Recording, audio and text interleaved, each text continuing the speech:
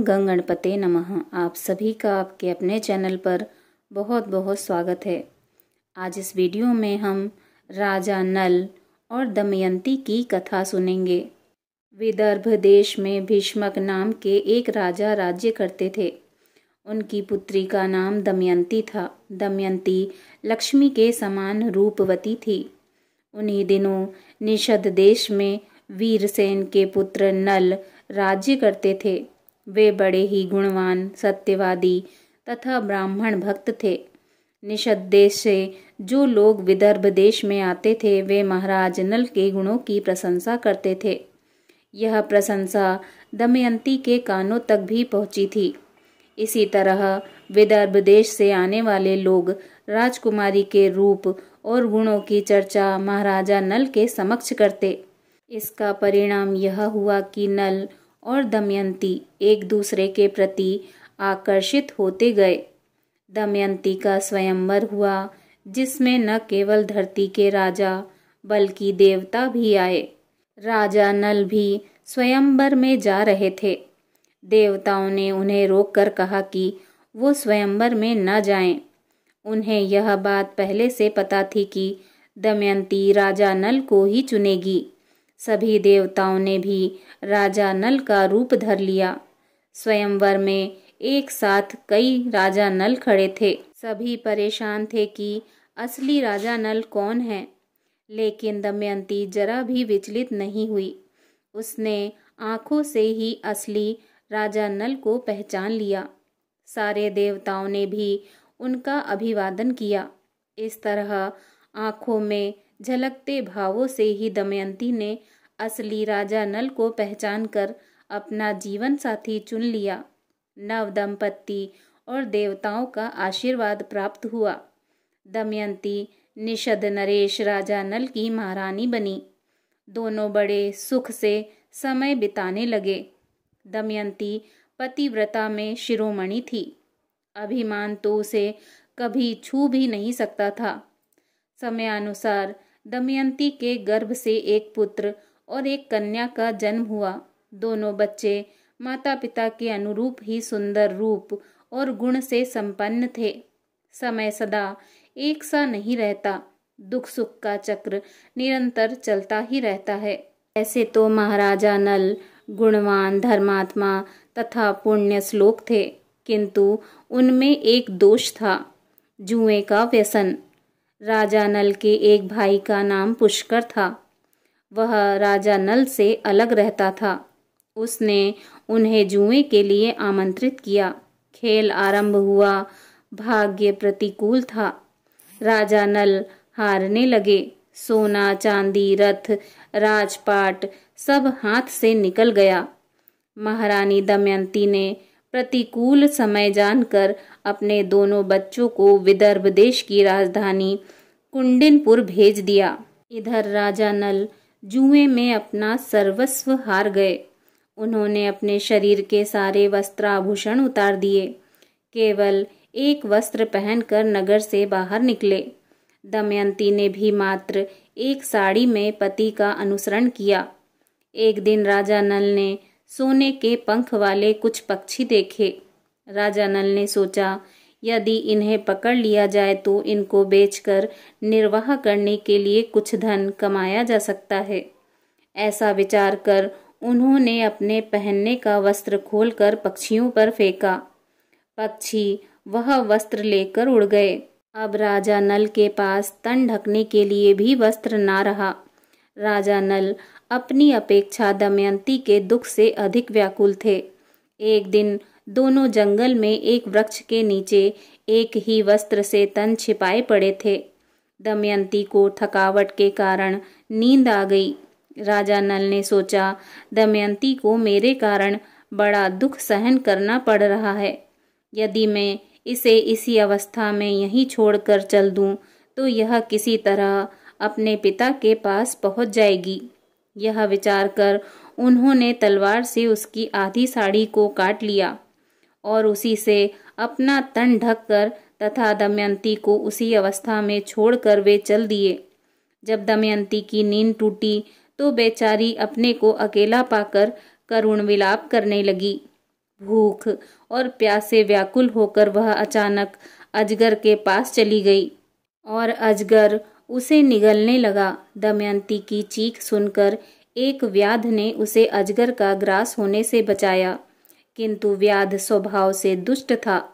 उसने दमयंती के सौंदर्य पर मुग्ध होकर उसे अपनी काम पिपासा का शिकार बनाना चाहा।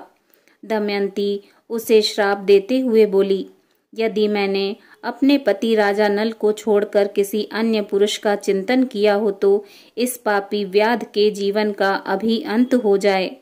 दमयंती की बात पूरी होते ही व्याध के प्राण पखेरु उड़ गए। व्याध के मर जाने के बाद दमयंती एक निर्जन और भयंकर वन में जा पहुंची। राजा नल का पता पूछती हुई वह उत्तर दिशा की ओर बढ़ने लगी। 3 दिन रात बीत जाने के बाद दमयंती ने देखा कि सामने ही एक बहुत सुंदर तपोवन है, जहाँ बहुत से ऋषि निवास करते हैं। उसने आश्रम में जाकर बड़ी नम्रता के साथ प्रणाम किया और हाथ जोड़कर खड़ी हो गई। ऋषियों को प्रणाम किया। ऋषियों ने दमयंती का सत्कार किया और उसे बैठने को कहा। दमयंती ने एक भद्र स्त्री के समान सभी का हालचाल पूछा। फिर ऋषियों ने पूछा, आप कौन हैं? तब दमयंती ने अपना पूरा परिचय दिया और अपनी सारी कहानी ऋषियों को सुनाई। तब सारे तपस्वी उसे आशीर्वाद देते हैं कि थोड़े ही समय में निषद के राजा को उनका राज्य वापस मिल जाएगा। उसके शत्रु भयभीत होंगे, वह मित्र प्रसन्न होंगे और कुटुंबी आनंदित होंगे। इतना कहकर सभी ऋषि अंतर्ध्यान हो गए। दमयंती पुनः राजा नल की खोज में निकल पड़ी। दमयंती रोती हुई एक अशोक के वृक्ष के पास पहुंचकर बोली, तू मेरा शोक मिटा दे। शोक रहित अशोक, तू मेरा शोक मिटा दे। क्या कहीं तूने राजा नल को शोक रहित देखा है? तू अपने शोकनाशक नाम को सार्थक कर। दमयंती ने अशोक वृक्ष की परिक्रमा की और वह आगे बढ़ी। उसके बाद आगे बढ़ी तो बहुत दूर निकल गई। वहां उसने देखा कि हाथी, घोड़ों और रथों के साथ व्यापारियों का एक झुंड आगे बढ़ रहा है। व्यापारियों के प्रधान से बातचीत करके दमयंती को जब यह पता चला कि वे सभी चेदी देश जा रहे हैं तो वह भी उनके साथ हो गई। कई दिनों तक चलने के बाद वे व्यापारी एक भयंकर वन में पहुंचे। वहां एक बहुत सुंदर सरोवर था। लंबी यात्रा के कारण वे लोग थक चुके थे, इसीलिए उन लोगों ने वहीं पड़ाव डाल दिया। रात के समय जंगली हाथियों का झुंड आया। आवाज सुनकर दमयंती की नींद टूट गई। वह इस दृश्य को देखकर समझ नहीं पा रही थी कि वह क्या करे। सभी व्यापारी मर गए। वो वहां से भाग निकली और दमयंती भागकर ब्राह्मणों के पास पहुंची और उनके साथ चलने लगी। शाम के समय वह राजा सुबाहु के यहाँ जा पहुंची। वहां उसे सब बावली समझ रहे थे। उसे बच्चे परेशान कर रहे थे। उस समय राजमाता महल के बाहर खिड़की से देख रही थी। उन्होंने अपनी दासी से कहा, देखो तो वह स्त्री बहुत दुखी मालूम होती है। तुम जाओ और मेरे पास उसे ले आओ। दासी दमयंती को रानी के पास ले गई। रानी ने दमयंती से पूछा, तुम्हें डर नहीं लगता ऐसे घूमते हुए? तब दमयंती बोली, मैं एक पतिव्रता स्त्री हूँ। मैं हूँ तो कुलीन, पर दासी का काम करती हूँ। तब रानी ने बोला, ठीक है, तुम महल में ही रह जाओ। तब दमयंती कहती है कि मैं यहाँ रह तो जाऊंगी, पर मेरी 3 शर्त हैं। मैं झूठा नहीं खाऊंगी, पैर नहीं धोऊंगी और पर पुरुष से बात नहीं करूंगी। रानी ने कहा, ठीक है, हमें आपकी शर्तें मंजूर हैं। जिस समय राजा नल दमयंती को सोती छोड़कर आगे बढ़े, उस समय वन में आग लग रही थी।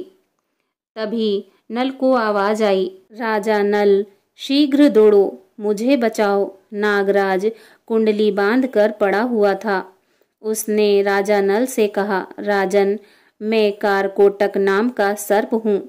मैंने नारद मुनि को धोखा दिया था। उन्होंने श्राप दिया है कि जब तक राजा नल तुम्हें न उठावें तब तक यहीं पड़े रहना। उनके उठाने पर तू श्राप से छूट जाएगा। उनके श्राप के कारण मैं यहाँ से एक भी कदम आगे नहीं बढ़ सकता। तुम इस श्राप से मेरी रक्षा करो। मैं तुम्हें हित की बात बताऊंगा और तुम्हारा मित्र बन जाऊंगा। मेरे भार से डरो मत, मैं अभी हल्का हो जाता हूँ। वह अंगूठे के बराबर हो गया। नल उसे उठाकर दवा नल से बाहर ले आए। कारकोटक ने कहा, तुम अभी मुझे जमीन पर मत डालो, कुछ कदम गिनकर चलो। राजा नल ने ज्यों ही पृथ्वी पर 10वां कदम चला और उन्होंने कहा 10, तो ही कारकोटक ने उन्हें डस लिया। उसका नियम था कि जब कोई बोले 10 तभी वह डसता था। आश्चर्यचकित राजा नल से उसने कहा, महाराज, तुम्हें कोई पहचान न सके इसलिए मैंने डस के तुम्हारा रूप बदल दिया है। कलयुग ने तुम्हें बहुत दुख दिया है। अब मेरे विष से वह तुम्हारे शरीर में बहुत दुखी रहेगा। तुमने मेरी रक्षा की है। अब तुम्हें हिंसक पशु पक्षी शत्रु का कोई भय नहीं रहेगा। अब तुम पर किसी भी विष का प्रभाव नहीं होगा और युद्ध में हमेशा तुम्हारी जीत होगी। यह कहकर कारकोटक ने 2 दिव्य वस्त्र दिए और वह अंतर्ध्यान हो गया। राजा नल वहां से चलकर 10वें दिन राजा ऋतुपर्ण की राजधानी अयोध्या में पहुंच गए। उन्होंने वहां राज दरबार में निवेदन किया कि मेरा नाम बाहुक है। मैं घोड़ों को हाँकने और उन्हें तरह तरह की चालें सिखाने का काम करता हूँ। घोड़ों की विद्या में मेरे जैसा निपुण इस समय पृथ्वी पर कोई नहीं है। रसोई बनाने में भी मैं बहुत चतुर हूँ। हस्त कौशल के सभी काम और दूसरे कठिन काम करने की चेष्टा करूँगा। आप मेरी आजीविका निश्चित करके मुझे रख लीजिए। उसकी सारी बात सुनकर राजा ऋतुपर्ण ने कहा, बाहुक, मैं सारा काम तुम्हें सौंपता हूँ, लेकिन मैं शीघ्रगामी सवारी को विशेष पसंद करता हूँ। तुम्हें हर महीने सोने की 10,000 मोहरें मिला करेंगी, लेकिन तुम कुछ ऐसा करो कि मेरे घोड़ों की चाल तेज हो जाए। इसके अलावा तुम्हारे साथ वार्ष्णेय और जीवल हमेशा उपस्थित रहेंगे। राजा नल रोज दमयंती को याद करते और दुखी होते कि दमयंती भूख प्यास से परेशान न जाने किस स्थिति में होगी। इसी तरह राजा नल ने दमयंती के बारे में सोचते हुए कई दिन बिता दिए। ऋतुपर्ण के पास रहते हुए उन्हें कोई न पहचान सका। राजा विदर्भ को यह समाचार मिला कि मेरे दामाद राजा नल और पुत्री राजपाट विहीन होकर वन में चले गए हैं। तब उन्होंने सुदेव नाम के एक ब्राह्मण को राजा नल और दमयंती का पता लगाने के लिए चेदी नरेश के राज्य में भेजा। उसने एक दिन राजमहल में दमयंती को देख लिया। इस समय राजा के महल में पुण्य हवाचन हो रहा था। दमयंती सुनंदा एक साथ बैठकर ही यह कार्यक्रम देख रही थी। सुदेव ब्राह्मण ने दमयंती को देखकर सोचा कि वास्तव में यही भीमक नंदिनी है। मैंने इनका जैसा रूप पहले देखा था वैसा अब भी देख रहा हूँ। बड़ा अच्छा हुआ, इसे देख लेने से मेरी पूरी यात्रा सफल हो गई। सुदेव दमयंती के पास गए और उससे बोले, दमयंती, मैं तुम्हारे भाई का मित्र सुदेव हूँ। मैं तुम्हारे भाई की आज्ञा से तुम्हें ढूंढने आया हूँ। दमयंती ने ब्राह्मण को पहचान लिया। वह सबका कुशल मंगल पूछने लगी और पूछते ही पूछते रो पड़ी। सुनंदा दमयंती को रोता देखकर घबरा गई। उसने अपनी माता के पास जाकर उन्हें सारी बात बताई। राजमाता तुरंत अपने महल से बाहर निकल कर आई। ब्राह्मण के पास जाकर पूछने लगी, महाराज, ये किसकी पत्नी हैं? किसकी पुत्री हैं? अपने घर वालों से कैसे बिछुड़ गईं? तब सुदेव ने उनका पूरा परिचय उसे दिया। सुनंदा ने अपने हाथों से दमयंती का ललाट धो दिया। जिससे उसकी भौहों के बीच का लाल चिन्ह चंद्रमा के समान प्रकट हो गया। उसके ललाट का वह तिल देखकर सुनंदा व राजमाता दोनों ही रो पड़े। राजमाता ने कहा, मैंने इस तिल को देखकर पहचान लिया कि तुम मेरी बहन की पुत्री हो। उसके बाद दमयंती अपने पिता के घर चली गईं।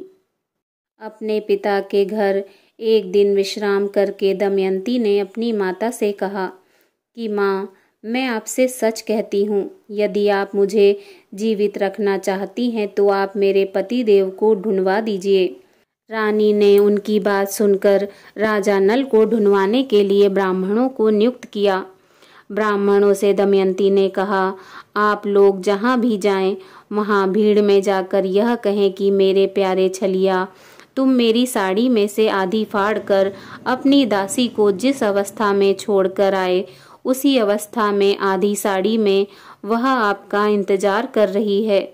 मेरी दशा का वर्णन कर दीजिएगा और ऐसी बात कहिएगा जिससे वे प्रसन्न हो और मुझ पर कृपा करें। बहुत दिनों के बाद एक ब्राह्मण वापस आया। उसने दमयंती से कहा, मैंने राजा ऋतुपर्ण के पास जाकर भरी सभा में आपकी बात दोहराई तो किसी ने कुछ जवाब नहीं दिया। जब मैं चलने लगा तब बाहुक नाम के सारथी ने मुझे एकांत में बुलाया। उसके हाथ छोटे व शरीर कुरूप है। वह लंबी सांस लेकर रोता हुआ मुझसे कहने लगा, उच्च कुल की स्त्रियों के पति उन्हें छोड़ भी देते हैं तो भी वे अपने शील की रक्षा करती हैं। त्याग करने वाला पुरुष विपत्ति के कारण दुखी और अचेत हो रहा था, इसीलिए उस पर क्रोध करना उचित नहीं है। लेकिन वह उस समय बहुत परेशान था। जब वह अपनी प्राण रक्षा के लिए जीविका चाह रहा था तब पक्षी उसके वस्त्र लेकर उड़ गए। जब ब्राह्मण ने यह बात बताई तो दमयंती समझ गई कि वे राजा नल ही हैं। ब्राह्मण की बात सुनकर दमयंती की आंखों में आंसू भर आए। उसने अपनी माता को सारी बात बताई। तब उन्होंने कहा, आप यह बात अपने पिताजी से ना कहें। मैं सुदेव ब्राह्मण को इस काम के लिए नियुक्त करती हूँ। तब दमयंती ने सुदेव से कहा, ब्राह्मण देवता, आप जल्द से जल्द अयोध्या नगरी पहुँचें। राजा ऋतुपर्ण से यह बात कहिए कि दमयंती फिर से स्वेच्छानुसार पति का चुनाव करना चाहती है। बड़े बड़े राजा और राजकुमार जा रहे हैं। स्वयंवर की तिथि कल ही है, इसीलिए यदि आप पहुंच सके तो वहां जाइए। राजा नल के जीने अथवा मरने का किसी को पता नहीं है, इसीलिए वह कल के सूर्योदय से पूर्व ही पति वरण करेंगी। दमयंती की बात सुनकर सुदेव अयोध्या गए और उन्होंने राजा ऋतुपर्ण से सब बातें कहीं। सुदेव की बातें सुनकर राजा ऋतुपर्ण ने बाहुक को बुलाया और कहा, बाहुक, कल दमयंती का स्वयंवर है और हमें जल्द से जल्द वहां पहुंचना है। यदि तुम मुझे वहां जल्द से जल्द पहुंचाना संभव समझो तभी मैं वहां जाऊंगा। ऋतुपर्ण की बात सुनकर राजा नल का कलेजा फटने लगा। सोचा कि दमयंती ने दुखी और अचेत होकर ही ऐसा किया होगा। संभव है वह ऐसा करना चाहती हो। राजा नल ने रथ में शीघ्रगामी 4 घोड़े जोत लिए। राजा ऋतुपर्ण रथ पर सवार हो गए। रास्ते में ऋतुपर्ण ने उसे पासे पर वशीकरण की विद्या सिखाई, क्योंकि उसे घोड़ों की विद्या सीखने का लालच था। जिस समय राजा नल ने यह विद्या सीखी उसी समय कलयुग राजा नल के शरीर से बाहर आ गया। कलयुग ने राजा नल का पीछा छोड़ दिया था, लेकिन अभी उनका रूप नहीं बदला था। उन्होंने अपने रथ को जोर से हाका और शाम होते होते वे विदर्भ देश में पहुँचे। राजा भीमक के पास समाचार भेजा गया। उन्होंने ऋतुपर्ण को अपने यहाँ बुला लिया। ऋतुपर्ण के रथ की गूंज से दिशाएं गूंज उठी। दमयंती रथ की घरघराहट से समझ गई, जरूर इसको हाँकने वाले मेरे पतिदेव हैं। यदि आज वे मेरे पास नहीं आएंगे तो मैं आग में कूद जाऊंगी। इसके बाद अयोध्या नरेश ऋतुपर्ण जब राजा भीमक के दरबार में पहुंचे तो उनका बहुत आदर सत्कार हुआ। भीमक को इस बात का बिल्कुल पता नहीं था कि वे स्वयंवर का निमंत्रण पाकर यहाँ आए हैं। तब ऋतुपर्ण ने स्वयंवर की कोई तैयारी नहीं देखी तो उन्होंने स्वयंवर की बात दबा दी और कहा, मैं तो सिर्फ आपको प्रणाम करने चला आया। भीमक सोचने लगे कि 100 योजन से अधिक दूर कोई प्रणाम कहने तो नहीं आ सकता, लेकिन वे यह सोच छोड़कर ऋतुपर्ण के सत्कार में लग गए। बाहुक वार्ष्णेय के साथ अश्वशाला में ठहरकर घोड़ों की सेवा में लग गए। दमयंती आकुल हो गई कि रथ की ध्वनि तो सुनाई दे रही है, पर कहीं भी मेरे पति के दर्शन नहीं हो रहे। हो न हो वार्ष्णेय ने उनसे रथ विद्या सीख ली होगी। तब उसने अपनी दासी से कहा, हे दासी, तू जा और इस बात का पता लगा कि यह कुरूप पुरुष कौन है। संभव है कि यही हमारे पतिदेव हों। मैंने ब्राह्मणों द्वारा जो संदेश भेजा था वही उनसे बतलाना और उनका उत्तर मुझसे कहना। तब दासी ने बाहुक से जाकर पूछा, राजा नल कहाँ हैं? क्या तुम उन्हें जानते हो या तुम्हारा सारथी वार्ष्णेय जानता है? बाहुक ने कहा, मुझे उसके संबंध में कुछ भी मालूम नहीं है।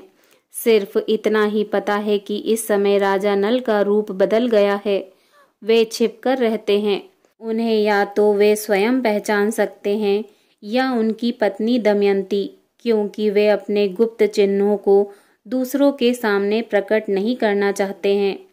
अब दमयंती की आशंका और बढ़ गई और दृढ़ होने लगी कि यही राजा नल हैं। उसने दासी से कहा, तुम फिर बाहुक के पास जाओ और उसके पास बिना कुछ बोले खड़ी रहो। उसकी चेष्टाओं पर ध्यान दो। जब आग मांगे तो मत देना, जल मांगे तो देर कर देना। उसका एक एक चरित्र मुझे आकर बताओ। फिर वह मनुष्यों और देवताओं से उसमें बहुत से चरित्र देखकर वह दमयंती के पास आई और बोली, बाहुक ने हर तरह से अग्नि, जल व थल पर विजय प्राप्त कर ली है। मैंने आज तक ऐसा पुरुष नहीं देखा। तब दमयंती को विश्वास हो जाता है कि वह बाहुक ही राजा नल हैं। अब दमयंती ने सारी बात अपनी माता को बताकर कहा, अब मैं स्वयं उस बाहुक की परीक्षा लेना चाहती हूँ, इसलिए आप बाहुक को मेरे महल में आने की आज्ञा दीजिए। आपकी इच्छा हो तो पिताजी को बता दीजिए। रानी ने अपने पति भीमक से अनुमति ली और बाहुक को रानीवास में बुलाने की आज्ञा ली। दमयंती ने बाहुक के सामने फिर सारी बात दोहराई। तब दमयंती की आंखों से आंसू टपकते देखकर राजा नल से रहा नहीं गया। राजा नल ने कहा, मैंने तुम्हें जानबूझकर नहीं छोड़ा, ना ही जुआ खेला।